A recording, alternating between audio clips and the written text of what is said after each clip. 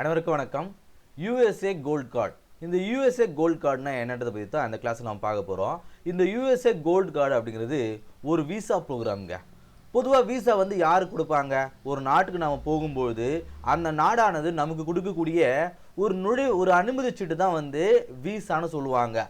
எங்கள் நாட்டுக்கு வரீங்க, நான் உங்களுக்கு வந்து அலோவ் பண்ணுறோம். அது வந்து டைம் பீரியட் இருக்கும். ஒரு மாதத்துக்கு, ஒரு 2 மாதத்துக்கு, ஒரு வாரத்துக்கு, இல்லை ஒரு வருஷத்துக்கு கூட அந்த விசா வந்து டைம் பீரியட் ஆனது இருக்கும். அதுக்கேற்ற மாதிரி நம்ம வந்து பே பண்ணுற மாதிரி இருக்கும். இந்த கோல்டு கார்டு விசா அப்படிங்கிறது என்னன்னா, இப்போ அந்த நாட்டுக்கு இன்வெஸ்ட் பண்ண போகிறாங்க, ஒரு பிஸ்னஸ் ஸ்டார்ட் பண்ண போகிறாங்க. அவங்கன்னா ஒரு மாதத்துலேயே வந்து அந்த பிஸ்னஸை முடிச்சுட்டு வந்துடுவாங்களா? அப்படி இல்லை, வருஷ கணக்கில் அந்த பிஸ்னஸ் வந்து அவங்க ஸ்டார்ட் பண்ணி அதை எக்ஸிக்யூட் பண்ணுவாங்க. அப்படி இன்வெஸ்டராக வரக்கூடியவங்க, அந்த பிஸ்னஸ் ஸ்டார்ட் பண்ணுறவங்கள இன்வெஸ்டர்னு சொல்லுவாங்க. அவங்க பல வருஷங்கள் அங்கே ஸ்டே பண்ணுற மாதிரி இருக்கும். அப்படி இன்வெஸ்ட் பண்ணக்கூடியவங்களுக்கு கொடுக்கக்கூடிய ஒரு விசா தான் இந்த கோல்டு கார்டு விசா அப்படின்னு சொல்லுவாங்க. பாருங்க, foreign investors seeking permanent residency. ஒரு பிஸ்னஸ் ஸ்டார்ட் பண்ண போகிறாங்க, ஒரு கம்பெனி, ஒரு இண்டஸ்ட்ரி ஸ்டார்ட் பண்ண போகிறாங்க. அவங்களுக்கு கொடுக்கக்கூடிய ஒரு பர்மனன்ட் ரெசிடென்ஸ் கார்டு தான், அந்த விசா ப்ரோக்ராம் தான் கோல்டு கார்டுன்னு சொல்லுவாங்க. இதோடைய கார்டுடைய ப்ரைஸ் அப்படிங்கிறது $5 மில்லியன் சொல்கிறாங்க. இது வந்து அந்த பிஸ்னஸுடைய ஒர்த்து கிடையாது. நீங்கள் எங்கள் கம்பெனி, எங்கள் நாட்டில் வந்து நீங்கள் பிஸ்னஸ் ஸ்டார்ட் பண்ணலாம். அப்படி ஸ்டார்ட் பண்ணுறதுக்கு முன்னாடி ஒரு இன்வெஸ்டராக எங்கள் நாட்டுக்குள்ளே வரீங்க அப்படின்னா நீங்கள் இந்த அமௌண்ட்டை பே பண்ணிவிட்டு நீங்கள் எங்கள் நாட்டுக்குள்ளே வரலாம். நான் உங்களுக்கு கோல்டு கார்டு விசாவை கொடுத்துருவோம். ஸோ பாருங்கள், இது ஒரு க்ரீன் கார்டு ப்ரிவிலேஜை கொடுக்கக்கூடியதுங்க. க்ரீன் கார்டு அப்படிங்கிறது அங்கே இருக்கக்கூடிய அவங்களுடைய நாட்டில் இருக்கக்கூடிய சிட்டிசன்ஷிப் கொடுக்குறது. நம்ம ஊரில் ரேஷன் கார்டெலாம் யார்? நம்ம நாட்டுடைய சிட்டிசன்ஸ் தான் நம்ம கொடுப்போம் இல்லையா? அது போல் அவங்க நாட்டில் இருக்கக்கூடிய குடிமக்களுக்கு க்ரீன் கார்டு வந்து கொடுப்பாங்க. அந்த க்ரீன் கார்டு வாங்கிட்டாங்கன்னா அவங்க யூஎஸ் உடைய சிட்டிசன் அப்படின்னு அர்த்தங்க. ஸோ அது மாதிரியான ப்ரிவிலேஜ் சலுகைகள் வந்து இந்த கோல்டு கார்டு வச்சுருவங்களுக்கு கிடைக்குமா? இது வந்து அமெரிக்கன் சிட்டிசன்ஷிப் வாங்குறதுக்கான ஒரு ரூட்டாக வந்து இருக்கும். இந்த கோல்டு கார்டு நீங்கள் வாங்கிட்டீங்கன்னா நீங்கள் ஈஸியாக அமெரிக்குடைய குடியுரிமையை நீங்கள் வாங்கிடலாம் அப்படின்றாங்க. இதை சிஐஎஸ் அப்படிங்கிறவங்க தான் இது ஹேண்டில் பண்ணுறாங்க. ஒரு அமைப்புங்க இது. அந்த அமைப்பு தான் வந்து இது ஹேண்டில் பண்ணுது.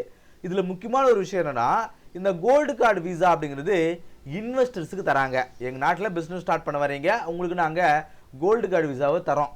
நீங்கள் இங்கே வந்துட்டு பிஸ்னஸை ஸ்டார்ட் பண்ணாலும் ஸ்டார்ட் பண்ணலாம், இல்லை ஸ்டார்ட் பண்ணாலும் ஒன்றும் பிரச்சனை இல்லை. அதே போல் வேலை வாய்ப்பை நீங்கள் உருவாக்கலாம், உருவாக்காமலே இருக்கலாம். இதெல்லாம் இருக்கக்கூடிய பெனிஃபிட்டுங்க. பாருங்கள், பேர் வந்து இன்வெஸ்டர்ஸுக்காக கொடுக்குறோம். ஆனால் நீங்கள் வந்து இங்கே வந்து இன்வெஸ்ட் பண்ண வேண்டிய அவசியம் கிடையாது. நீங்கள் ஜாலியாக கூட இருக்கலாம், எந்த ஒரு பிஸ்னஸ் ஸ்டார்ட் பண்ண வேண்டிய கிடையாது அப்படின்னு சொல்கிறாங்க. ஸோ பாருங்கள், இதன் மூலமாக உலகம் முழுவதும் இருக்கக்கூடிய பல ரிச் பீப்புளை, பணம் யார்கிட்ட அதிகமாக இருக்குதோ அவங்கெல்லாம் அமெரிக்காக்குள்ளே வர்றதுக்கான ஒரு வழியை வந்து ஏற்படுத்தி கொடுக்குது இந்த கோல்டு கார்டு விசா அப்படிங்கிறது. பாருங்கள், உலகத்தில் இருக்கக்கூடிய பணக்காரங்க எல்லாமே ஒரே நாட்டுக்குள்ளே வரும்பொழுது அவங்களுக்கு இந்த கோல்டு கார்டு விசாவை கொடுத்துருவாங்களாம். சில மாதங்களையோ சில வருஷங்களையோ அவங்களுக்கு யூஎஸ் உடைய சிட்டிசன்ஷிப்பு கொடுக்கும்போது அப்போ உலகத்தில் உடைய பணக்காரங்க எல்லாமே அமெரிக்காவோட குடியுரிமை கொண்டவங்களாக இருப்பாங்க இல்லையா? அது அமெரிக்காவுக்கு ஒரு மிகப்பெரிய ஒரு பூஸ்ட் மாதிரி இருக்கு இல்லையா? அவங்களுடைய எக்கனாமியை இன்க்ரீஸ் பண்ணுற மாதிரி இருக்கு இல்லையா? ஒரு சிட்டிசன் வாங்கிட்டாலே அது தன்னுடைய நாடு மாதிரி. என்னுடைய நாட்டில் நான் ஒரு பிஸ்னஸ் ஸ்டார்ட் பண்ணுறேன்னு சொல்லிட்டு எல்லாரும் ஸ்டார்ட் பண்ணுவாங்க இல்லையா? ஸோ இது ஒரு தூண்டுகோலாக இருக்கும் அப்படின்ற மாதிரி அவங்க நினைக்கிறாங்க. சரி, இந்த கோல்டு கார்டு விசா அப்படிங்கிறது இப்போ தான் முதல்ல வந்து கொண்டு வந்தாங்களா அப்படின்னு பார்க்கும்போது இந்த ஃபெசிலிட்டி அப்படிங்கிறது வந்து ரொம்ப வருஷமாகவே அமெரிக்காவில் இருக்கிற ஒரு விஷயங்க. இதுக்கு முன்னாடி வேற ஒரு பேர் நேமில் வந்து இருந்துச்சுங்க. அது வந்து EB-5 ப்ரோக்ராம் அப்படின்னு சொல்லுவாங்க. இப்போ கோல்டு கார்டுன்னு சொல்கிறோம் இல்லையா? இதே ப்ரோக்ராமை இந்த கோல்டு கார்டு எதுக்கு கொடுப்பாங்க? இன்வெஸ்டருக்கு தராங்க. அதுக்கு முன்னாடி EB-5 ப்ரோக்ராம்னு சொல்லுவாங்க. இது வந்து அதே வந்து இன்வெஸ்டர் தான் தருவாங்க. இந்த கார்டு நீங்கள் வாங்கணும்னா, இந்த EB-5 விசா அப்படி வாங்கணும் அப்படின்னா நீங்கள் $1.05 மில்லியன் பே பண்ணால் போதுமானது. இந்த அமௌண்ட் கொடுத்தாலே போதுமானது. உங்களுக்கு இந்த ப்ரோக்ராம் மூலமாக உங்களுக்கு விசா வந்து கொடுத்துருவாங்க. நீங்கள் அங்கே போய் ஸ்டே பண்ணலாம். ஆனால் இது ஸ்டாப் பண்ணிட்டாங்க. ஏன்னா நிறைய ஃப்ராடுலண்ட் ஆக்டிவிட்டிஸ் வந்து நடக்குதுன்றதுனால. ஏன்னா அமௌண்ட் வந்து ரொம்ப குறைவாக இருக்குது இல்லையா? ஸோ இந்த அமௌண்ட்டு வந்து யார் வேணும்னாலும் பே பண்ணிவிட்டு இந்த அமெரிக்காக்குள்ளே வரலாம் அப்படிங்கிற மாதிரி அந்த ஃபெசிலிட்டிஸ் இருக்கிறதுனால இதை வந்து ஸ்டாப் பண்ணிவிட்டு அதோடைய ப்ரைஸை வந்து இன்க்ரீஸ் பண்ணுறாங்க. ஸோ பாருங்கள், $1 மில்லியன் இருந்ததை இன்க்ரீஸ் பண்ணி $5 மில்லியன் மாற்றும் பொழுது அது எவ்வளோ ஒரு அமௌண்ட்டாக இருக்குது. இந்த அளவுக்கு பே பண்ணி யாராவது வரணும்னு நினைப்பாங்களா? அது வந்து கார்டுக்காக மட்டும்தான். ஸோ அது வந்து இந்த ப்ரோக்ராமை வந்து ஸ்டாப் பண்ணி தான் இந்த கோல்டு கார்டு ப்ரோக்ராம் அப்படிங்கிறத கொண்டு வந்திருக்காங்க. சரி, இதில் கன்சர்ன் என்ன? இந்த கோல்டு கார்டு விசா அப்படிங்கிறத கொண்டு வந்தது ஒழிய சில கிரிட்டிக்ஸ்லாம் சில எதுவாக இருந்தாலும் ஒரு ஒரு விஷயம் கொண்டு வரோம், திட்டங்களை கொண்டு வரோம் அப்படின்னா கண்டிப்பாக வந்து கிரிட்டிக்ஸ் வந்து அதை வந்து விமர்சனங்கள் வைப்பாங்க இல்லையா? அப்படி என்னெல்லாம் சொல்கிறாங்கன்னா, நீங்கள் அமெரிக்க குடியுரிமையை வந்து செல் பண்ணுறீங்க, விற்கிறீங்க, செல்லிங் த சிட்டிசன்ஷிப். ரெண்டாவது, ரைஸ் டு மிஸ்யூஸ். இது போல் காசு வச்சிருக்கிறவங்கெல்லாம் அமெரிக்காவுக்குள்ளே வரலாம் அப்படின்னா அதை வச்சு அவங்க மிஸ்யூஸ் பண்ணுறதுக்கான வாய்ப்புகள் இருக்குது. ஸோ அமெரிக்காவில் சிட்டிசன்ஷிப் ஆகணுன்றது நிறைய பேர் விருப்பப்படக்கூடிய ஒன்று. ஏன்னா உலகத்துடைய ஒரு மிகப்பெரிய வல்லரசு நாடு, அந்த நாடுடைய நம்ம குடிமகனாக ஆகணும், அங்கே போய் நாம் லக்ஸுரியாக வாழணும் அப்படிங்கிற மாதிரி நிறைய பேர் நினைப்பாங்க இல்லையா? ஸோ அதை மிஸ்யூஸ் பண்ணுறதுக்கான வாய்ப்புகள் இருக்குது. அது பிறகு நோ எக்கனாமிக் கான்ட்ரிபியூஷன். பாருங்கள், ஒரு இன்வெஸ்டராக மட்டும்தான் நீங்கள் உள்ளே வரலான்ற மாதிரி சொல்கிறாங்க. ஆனால் கீழே என்ன சொல்கிறீங்க, நீங்கள் பிஸ்னஸ் ஸ்டார்ட் பண்ணலாம், இல்லைங்க ஜாப் ஆப்பர்ச்சுனிட்டியை உருவாக்கலனாலும் பரவாயில்லன்ற மாதிரி சொல்கிறீங்க.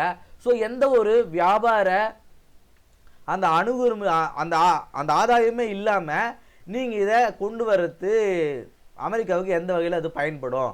சும்மா அவங்க சுற்றி பார்க்கறது வர்றதுக்காக மட்டும்தான்.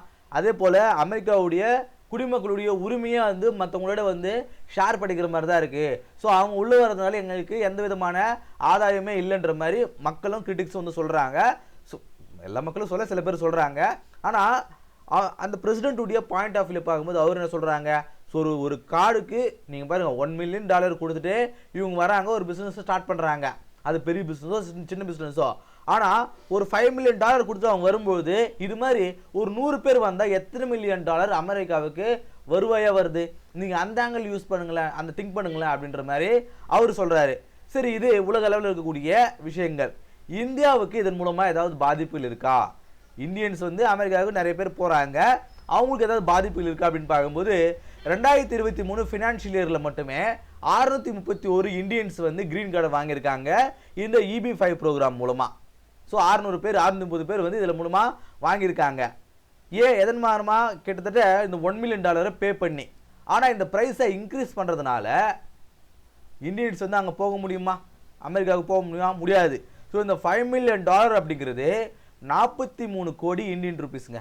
43 கோடி 43 நம்ம இந்திய ரூபாய் மதிப்பில் 43 கோடி ரூபாய் கொடுத்தா மட்டும்தான் நம்மளுக்கு அந்த விசா ப்ரோக்ராம் கொடுப்பாங்க, நாம் யூஎஸ்குள்ளே போக முடியும். இதுக்கு முன்னாடி $1 மில்லியன் சொல்லும்போது அப்படி இப்படின்னு கணக்கு போட்டால் கூட ஒரு 8 கோடி ரூபாய் கொடுத்தா போதும், நாம் ஒரு இன்வெஸ்டராக நாம் அமெரிக்காவுக்குள்ளே போக முடியும். இப்போ 43 கோடி ரூபாய் கொடுத்து நாம் அமெரிக்காவுக்குள்ளே போகிற மாதிரி இருக்கு. ஸோ இந்த நம்பர் அப்படிங்கிறது இனி வரும் காலங்களில் கண்டிப்பாக வந்து குறையும், டிராஸ்டிக்காக குறையும். ஏன்னா இவ்வளோ அமௌண்ட்டை பே பண்ணி இந்தியன்ஸு அங்கே போகணும்னு நினைக்க மாட்டாங்க இல்லையா? இந்த அமௌண்ட் இருந்தால் நாமளே இங்கே ஒரு மிகப்பெரிய பிஸ்னஸ் வந்து ஸ்டார்ட் பண்ணலாம். ஸோ அது ஒரு முக்கியமான ஒரு விஷயம். ஸோ இது இந்தியன்ஸ் இருக்கக்கூடிய ஒரு கஷ்டம்னு வச்சுங்களேன். ஸோ இந்த கிளாஸ் இல்லாமல் இந்த கோல்டு கார்டு விசானா என்னன்றதை பார்த்தோம். அது எதனால் கொண்டு வந்தாங்க அமெரிக்கா, அதன் மூலமாக இதுக்கு முன்னாடி என்ன இருந்தது, ஸோ இதில் என்னுடைய கன்சர்ன்ஸ் என்ன, இந்தியன்ஸுக்கு இதனால எந்த மாதிரியான பாதிப்புகள் இருக்குது அப்படிங்கிறது மாதிரி இந்த கிளாஸில் நம்ம பார்த்தோம். இந்த கிளாஸ் உங்களுக்கு யூஸ்ஃபுல்லாக இருக்கும் அப்படின்னு நம்புகிறேன். அடுத்த கிளாஸ் சந்திப்போம். நன்றி.